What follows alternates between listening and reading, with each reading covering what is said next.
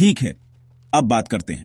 आज 10 जून 2025 है और अगर आपने टीवी ऑन किया है, अपना फीड स्क्रॉल किया है या बस दक्षिणी कैलिफोर्निया में अपनी खिड़की से बाहर देखा है तो आपने इसे देखा होगा। लॉस एंजल्स में आग लगी हुई है। सचमुच नहीं, मतलब पूरा नहीं, लेकिन शहर अराजकता और टकराव का एक प्रेशर कुकर बन गया है। हम ऐसी तस्वीरें देख रहे हैं जो किसी आपदा फिल्म से निकली हुई लगती हैं। फ्रीवे ब्लॉक हैं, गाड़ियां जल रही हैं और पूरी दंगा गियर में पुलिस की लाइनें हैं। तो क्या बात है? City of angels Mad Max sequel के सेट जैसा क्यों दिख रहा है? यह सिर्फ बेतरतीब गुस्सा नहीं है, यह लंबे समय से सुलगते तनावों का विस्फोटक परिणाम है जो आखिरकार फूट पड़ा है। यह नीति, लोगों और शक्ति की कहानी है। न्यूज साइकिल एक वेमो कार से भी तेजी से घूम रहा है जो विरोध प्रदर्शन को नेविगेट करने की कोशिश कर रही है। बड़े प्रदर्शनों की खबरें आ रही हैं जो शांतिपूर्ण मार्च के रूप में शुरू हुए थे लेकिन तेजी से पूर्ण दंगे में बदल गए। हम कानून प्रवर्तन के साथ झड़पों, तोड़फोड़ और मानव बाधाओं से जाम हुए शहर की बात कर रहे हैं। तत्काल ट्रिगर, प्रेसिडेंट ट्रंप के दूसरे कार्यकाल के वादों पर कार्रवाई करते हुए आईसीई द्वारा आक्रामक आव्रजन छापों की एक श्रृंखला। लेकिन यह सिर्फ कुछ गिरफ्तारियों के बारे में नहीं है, यह एक ऐसे समुदाय के बारे में है जो खुद को घिरा हुआ, शिकार किया हुआ महसूस करता है और अब एक ऐसे ब्रेकिंग पॉइंट पर धकेल दिया गया है जहां उन्हें लगता है कि उनके पास सड़कों पर लड़ने के अलावा कोई और विकल्प नहीं है। इस अराजकता ने लॉस एंजल्स को एक राष्ट्रीय संकट के केंद्र में ला खड़ा किया है। संघीय सरकार और कैलिफोर्निया राज्य सत्ता संघर्ष में उलझे हुए हैं जिसमें शहर के निवासी बीच में फंसे हुए हैं। प्रेसिडेंट ट्रंप इसे कानून और व्यवस्था का टूटना मानते हैं जिसके लिए जबरदस्त बल प्रदर्शन की आवश्यकता है। दूसरी ओर कैलिफोर्निया के नेता जैसे गवर्नर न्यूसॉम और मेयर बास इसे एक मानवीय मुद्दा मानते हैं जो उत्तेजक संघीय अतिक्रमण से भड़का है।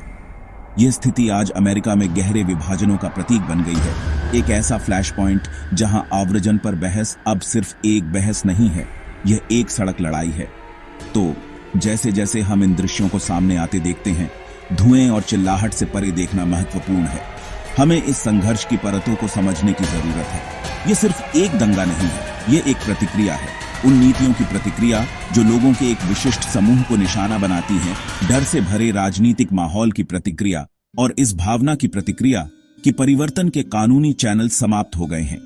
एलए में जो हो रहा है वह राष्ट्र के लिए एक महत्वपूर्ण क्षण है जो सभी को कुछ बहुत ही असहज सवाल पूछने पर मजबूर कर रहा है कि कौन संबंधित है, किसके पास अधिकार हैं और क्या होता है जब कोई सरकार अपने ही निवासियों के खिलाफ युद्ध की घोषणा करती है।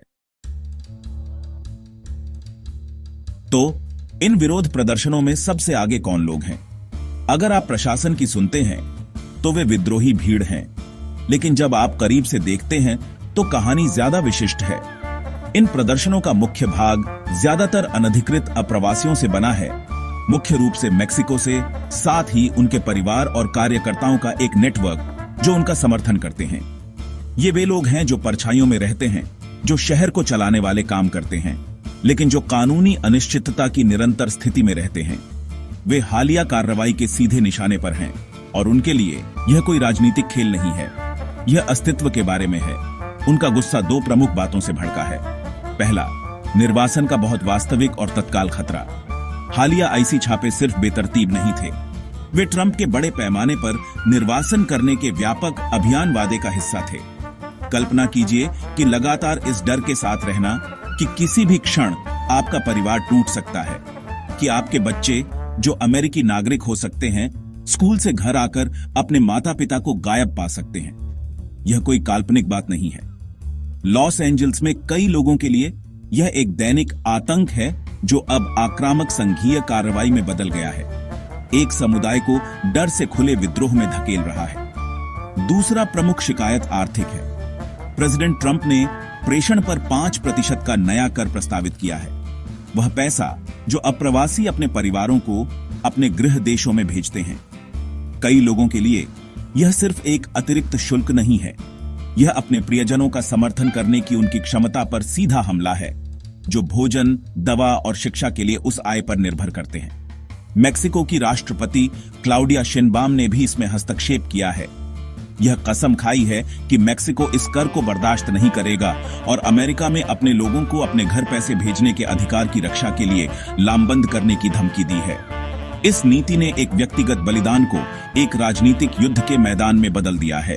जब आप निर्वासन के आतंक को प्रेषण करके वित्तीय दबाव के साथ जोड़ते हैं तो आपको हताशा और क्रोध का एक सही तूफान मिलता है। ये प्रदर्शनकारी खुद को ऐसा मानते हैं कि उनके पास खोने के लिए कुछ भी नहीं है। उनका मानना है कि सिस्टम को न केवल उन्हें अनदेखा करने के लिए डिजाइन किया गया है, बल्कि उन्हें सक्रिय रूप से कुचलने के लिए भी। उनके कार्य, हालांकि विघटनकारी और हिंसक हैं, इस गहरे विश्वास से पैदा हुए हैं कि उन्हें सुरक्षा या न्याय के लिए कोई शांतिपूर्ण रास्ता नहीं दिया गया है। उनके लिए फ्रीवे को अवरुद्ध करना या पुलिस के सामने नारे लगाना सिर्फ विरोध का एक कार्य नहीं है, यह अस्तित्व का एक कार्य है, देखे और सुने जाने की एक हताश चीख है। अब एक पल के लिए जूम आउट करते हैं और अमेरिका में आव्रजन की बड़ी तस्वीर देखते हैं, क्योंकि सभी अप्रवासी समुदाय इस तरह से प्रतिक्रिया नहीं दे रहे हैं। आइए एक और प्रमुख समूह के बारे में बात करते हैं, भारत से कानूनी अप्रवासी। यह समुदाय एक बिल्कुल अलग तस्वीर प्रस्तुत करता है। वे देश के सबसे सफल और उच्च शिक्षित अप्रवासी समूहों में से एक हैं। वे डॉक्टर, इंजीनियर, उद्यमी और शिक्षाविद हैं। वे अमेरिकी अर्थव्यवस्था में भारी योगदान करते हैं, अपना कर चुकाते हैं और नियमों का पालन करते हैं। देश के कानूनी ढांचे के भीतर अपना जीवन बनाते हैं। भारतीय डायस्पोरा को भी अपनी चुनौतियों का सामना करना पड़ता है। सच कहूं तो अमेरिका में नस्लवाद जीवित है। भारतीयों को पूर्वाग्रह, रूढ़िवादिता और ऑनलाइन नफरत का सामना करना पड़ता है।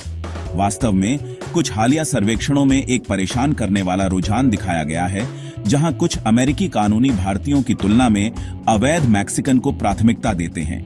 एक विचित्र और जहरीली भावना जो आर्थिक प्रतिस्पर्धा पर चिंताओं से भड़कती है। शत्रुता के इस अंतर्निहित प्रवाह और उनके द्वारा पार किए जाने वाले प्रणालीगत बाधाओं के बावजूद भारतीय समुदाय की प्रतिक्रिया सहिष्णुता और धैर्य की रही है, न कि हिंसक विरोध की। वे शिक्षा, समुदाय निर्माण और पेशेवर उत्कृष्टता को अपनी उन्नति के प्राथमिक उपकरणों के रूप में केंद्रित करते हैं। यह अंतर महत्वपूर्ण है। जब प्रतिकूल नीतियों का सामना करना पड़ता है, जैसे प्रस्तावित प्रेषण कर जो उन्हें भी प्रभावित करेगा, भारतीय समुदाय का दृष्टिकोण मौलिक रूप से अलग है। आग और क्रोध के साथ सड़कों पर उतरने के बजाय उनकी प्रतिक्रिया स्थापित प्रणालियों के माध्यम से प्रसारित होती है। वे लॉबिंग में संलग्न होते हैं, राजनीतिक उम्मीदवारों का समर्थन करते हैं जो उनके हितों के अनुरूप होते हैं और अपनी आर्थिक शक्ति का उपयोग अपनी आवाज उठाने के लिए करते हैं। वे पत्र लिखते हैं, याचिकाओं पर हस्ताक्षर करते हैं और कानूनी और राजनीतिक चैनलों के माध्यम से काम करते हैं, यह विश्वास करते हुए कि प्रणाली, हालांकि दोषपूर्ण है, शांतिपूर्ण और रणनीतिक भागीदारी के माध्यम से प्रभावित हो सकती है। स्थिरता और कानून के भीतर काम करने पर एक गहरा सांस्कृतिक जोर है। इसका मतलब यह नहीं है कि एक समूह दूसरे से बेहतर है, बल्कि रणनीति और परिस्थिति में गहरे अंतर को उजागर करना है। अनधिकृत मैक्सिकन अप्रवासी समुदाय देश में अपनी उपस्थिति के लिए लड़ रहा है, अक्सर कानूनी प्रणाली के बाहर, क्योंकि उन्हें इसमें कोई पहुंच नहीं दी जाती है। कानूनी भारतीय अप्रवासी समुदाय आधिकारिक चैनलों के माध्यम से प्रवेश करने के बाद उस प्रणाली के भीतर अपनी जगह और सम्मान के लिए लड़ रहा है। एक समूह महसूस करता है कि उसे दीवारों को बाहर से तोड़ना होगा, जबकि दूसरा मानता है कि वह भीतर से नियमों को बदल सकता है। प्रतिक्रिया में यह भिन्नता आज अमेरिका में आव्रजन के पूरे वृत्तांत को आकार देती है। आइए गहराई से देखें कि जब सरकार सीधे तौर पर उन्हें नुकसान पहुंचाने वाला कदम उठाती है तो ये दोनों समुदाय कैसे प्रतिक्रिया करते हैं। मुख्य अंतर कानून के साथ उनके संबंध और अमेरिकी समाज में उनकी कथित हिस्सेदारी में निहित है। लॉस एंजल्स में अनधिकृत प्रदर्शनकारियों के लिए निर्वासन छापे जैसी सरकारी कार्रवाइयों को युद्ध की कार्रवाई के रूप में देखा जाता है। चूंकि वे नागरिकता के कानूनी संरक्षण के बाहर मौजूद हैं, इसलिए उन्हें लगता है कि उनके पास अदालतों या राजनीतिक प्रणाली के माध्यम से कोई सहारा नहीं है। इसलिए उनकी प्रतिक्रिया मौलिक और सीधी है। शारीरिक प्रतिरोध। वे सड़कें अवरुद्ध करते हैं और पुलिस से भिड़ते हैं, क्योंकि उनके विचार में सत्ता की औपचारिक प्रणालियों ने पहले ही उन्हें दुश्मन घोषित कर दिया है। यह प्रतिक्रिया बहिष्कार के स्थान से पैदा हुई है। जब आपको अवैध करार दिया जाता है तो आपको उन उपकरणों से वंचित कर दिया जाता है जिनका अन्य निवासी असंतोष व्यक्त करने के लिए उपयोग करते हैं। आप वोट नहीं दे सकते, आप अधिकारियों से संपर्क करने से डरते हैं, आप शोषण के प्रति संवेदनशील हैं। इसलिए जब सरकार, जिसने पहले ही आपको हाशिए पर धकेल दिया है, वह सक्रिय रूप से आपका शिकार करने का फैसला करती है, तो प्रतिक्रिया अपने कांग्रेसी को पत्र लिखना नहीं है। यह समान स्थिति में दूसरों के साथ जुड़ना और एक ऐसा विशाल शारीरिक व्यवधान पैदा करना है जिसे अनदेखा नहीं किया जा सकता है। हिंसा और अराजकता समुदाय की हताशा और प्रणाली में उसके पूर्ण विश्वास की सीधी माप है। अब भारतीय अप्रवासी समुदाय पर विचार करें जो समान कठिनाइयों का सामना कर रहा है, जैसे प्रेषण कर या H-1B वीजा पर बढ़ी हुई जांच। उनकी प्रतिक्रिया एक पूरी दुनिया अलग है। वे संगठित होते हैं, वे पेशेवर संघ और राजनीतिक कार्रवाई समितियां बनाते हैं, वे वकील और लॉबिस्ट नियुक्त करते हैं, वे अपनी महत्वपूर्ण आर्थिक शक्ति और नागरिकता की उच्च दरों का लाभ उठाते हुए भीतर से दबाव डालते हैं। उनकी रणनीति दीर्घकालिक है। वे राजनीतिक प्रक्रिया में निवेश करते हैं, अभियानों को दान करते हैं और अपने बच्चों को कानून और सार्वजनिक नीति जैसे क्षेत्रों में प्रवेश करने के लिए प्रोत्साहित करते हैं, ताकि यह सुनिश्चित हो सके कि उनके हितों को आने वाली पीढ़ियों के लिए सत्ता के गलियारों में प्रतिनिधित्व मिले। यह दृष्टिकोण अमेरिकी प्रणाली में विश्वास पर आधारित है, भले ही वह दोषपूर्ण हो। कानूनी आव्रजन की कठिन, महंगी और वर्षों लंबी प्रक्रिया से गुजरने के बाद उस निवेश की रक्षा करने के लिए एक शक्तिशाली प्रोत्साहन है। देश के कानूनों और संस्थानों को बनाए रखकर वे प्रणाली को दुश्मन के रूप में नहीं देखते हैं जिससे लड़ना है, बल्कि एक जटिल मशीन के रूप में देखते हैं जिसे समझना और संचालित करना है। उनका धैर्य एक रणनीति है, कमजोरी नहीं। यह एक गणनात्मक निर्णय है कि लंबी अवधि का खेल खेलना है, प्रभाव और स्थिरता को टुकड़ों में बनाना है, बजाय इसके कि सड़कों पर एक उग्र अप्रत्याशित टकराव में सब कुछ दांव पर लगा दिया जाए।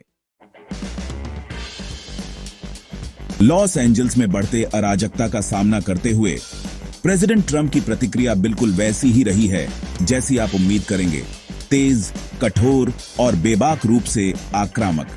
अपनी कानून और व्यवस्था की नीति के अनुरूप उन्होंने सिर्फ विरोध प्रदर्शनों की निंदा नहीं की, उन्होंने उन पर युद्ध की घोषणा कर दी। एक अभूतपूर्व कदम में उन्होंने नेशनल गार्ड को संघीय बना दिया और राज्य सरकार को पूरी तरह से दरकिनार करते हुए लॉस एंजलिस में 2000 सैनिक तैनात कर दिए। उन्होंने अमेरिकी मरीन को भी स्टैंड बाय पर रखा, धमकी दी कि अगर अशांति जारी रहती है तो उन्हें LA और अन्य शहरों में भेज देंगे। यह कोई बातचीत नहीं है, यह अमेरिकी धरती पर जबरदस्त सैन्य शक्ति का प्रदर्शन है। राष्ट्रपति का बयान भी उनके कार्यों जितना ही जबरदस्त रहा है। प्रदर्शनकारियों द्वारा पुलिस अधिकारियों पर थूकने की रिपोर्टों का लाभ उठाते हुए उन्होंने एक क्रूर नया नारा दिया है, वे थूकते हैं, हम मारते हैं। यह वाक्यांश उनके प्रशासन के दर्शन को पूरी तरह से दर्शाता है। अवज्ञा का कोई भी कार्य, चाहे वह कितना भी छोटा क्यों न हो, उसे असंगत बल से निपटा जाएगा। यह एक ऐसी रणनीति है जिसे पूर्ण शक्ति और नियंत्रण की छवि पेश करने के लिए डिजाइन किया गया है, जिससे उनके आधार को यह आश्वासन मिलता है कि वह असंतोष को कुचलने और व्यवस्था बहाल करने के लिए आवश्यक मजबूत व्यक्ति है। उनके समर्थकों के लिए यह नेतृत्व है, उनके आलोचकों के लिए यह सत्तावाद की ओर एक खतरनाक फिसलन है। इस सैन्य प्रतिक्रिया ने एक बड़ा राजनीतिक तूफान खड़ा कर दिया है। डेमोक्रेट और नागरिक स्वतंत्रता समूह इसे सत्ता का घोर दुरुपयोग और राज्यों के अधिकारों का उल्लंघन बता रहे हैं। गवर्नर न्यूसॉम और मेयर बास ने सार्वजनिक रूप से ट्रंप से सैनिकों को वापस लेने की मांग की है, यह तर्क देते हुए कि उनकी उपस्थिति केवल तनावपूर्ण स्थिति को और खराब कर रही है, जैसे आग पर पेट्रोल डालना। वे इसे एक राजनीतिक स्टंट मानते हैं जिसे डराने और उकसाने के लिए डिजाइन किया गया है, न कि वास्तव में शांति बनाए रखने के लिए। तैनाती की वैधता पर भी जोरदार बहस चल रही है, क्योंकि ट्रंप ने औपचारिक रूप से विद्रोह अधिनियम को लागू नहीं किया है, जिससे एक अस्पष्ट संवैधानिक संकट पैदा हो गया है। इस बीच मेक्सिको की राष्ट्रपति बारीकी से देख रही है, इस घरेलू संकट में एक अंतर्राष्ट्रीय आयाम जोड़ रही है। प्रेषण कर के खिलाफ उनका दृढ़ रुख और अमेरिका में लोगों को लामबंद करने की उनकी धमकी ट्रंप की नीतियों के लिए एक सीधी चुनौती पेश करती है। यह दर्शाता है कि इस कार्रवाई के परिणाम लॉस एंजल्स की सीमाओं से कहीं आगे तक फैले हुए हैं। ट्रंप का अमेरिका फर्स्ट दृष्टिकोण एक गहरे जुड़े हुए दुनिया की वास्तविकताओं से टकरा रहा है, जहां एक देश में की गई कार्रवाइयां दूसरे से शक्तिशाली प्रतिक्रियाएं भड़का सकती हैं। स्थिति अस्थिर बनी हुई है। एक राष्ट्रपति जो बल दिखाने के लिए दृढ़ है और प्रदर्शनकारी जो पीछे हटने से इनकार करते हैं के बीच एक उच्च दांव वाला गतिरोध है। जैसे ही लॉस एंजल्स में धूल जमती है, या अधिक सटीक रूप से जैसे ही आंसू गैस साफ होती है, अमेरिका को एक गहरा सबक सीखना बाकी है। हमारी स्क्रीन पर अराजकता, आव्रजन और एकीकरण के दो बहुत अलग रास्तों के बीच एक तीव्र विपरीतता प्रदान करती है। हताशा और बहिष्कार से पैदा हुए हिंसक विरोध प्रदर्शन हमें दिखाते हैं कि क्या हो सकता है जब एक समुदाय को लगता है कि उसके पास कोई आवाज नहीं है और सिस्टम में उसकी कोई हिस्सेदारी नहीं है। यह एक दर्दनाक याद दिलाता है कि एक समाज जो अपनी आबादी के एक हिस्से को हाशिए पर धकेलता है, उसे अंततः अपनी सड़कों पर उस बहिष्कार के परिणामों का सामना करना पड़ेगा। यह क्षण एक राष्ट्रीय वार्ता को मजबूर करना चाहिए कि हम अपने अप्रवासी समुदायों में वास्तव में क्या महत्व देते हैं। क्या यह केवल श्रम की कमी को पूरा करने के बारे में है, या यह एक मजबूत, अधिक स्थिर समाज बनाने के बारे में है? भारतीय डायस्पोरा की कहानी एक शक्तिशाली और अक्सर अनदेखी मॉडल प्रदान करती है। यहाँ एक समुदाय है जिसने अमेरिकी प्रणाली को अपनाया है, उसकी सभी कमियों के साथ। उन्होंने धैर्य और दृढ़ता के साथ नस्लवाद और नौकरशाही बाधाओं का सामना किया है। उन्होंने शिक्षा, परिवार और कानून का पालन करने वाली कड़ी मेहनत को अपनी सफलता का मार्ग बनाया है। विज्ञान, प्रौद्योगिकी, चिकित्सा और संस्कृति में अपने योगदान से राष्ट्र को अविश्वसनीय रूप से समृद्ध किया है। उनका शांतिपूर्ण, रचनात्मक दृष्टिकोण अमेरिकी सपने का प्रतीक है, जिसे हम अक्सर मनाते हैं।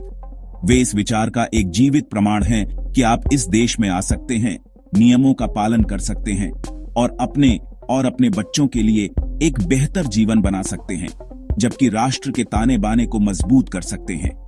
यह एक शांत सफलता की कहानी है जो अक्सर संघर्ष की जोरदार, अधिक अराजक कहानियों से दब जाती है।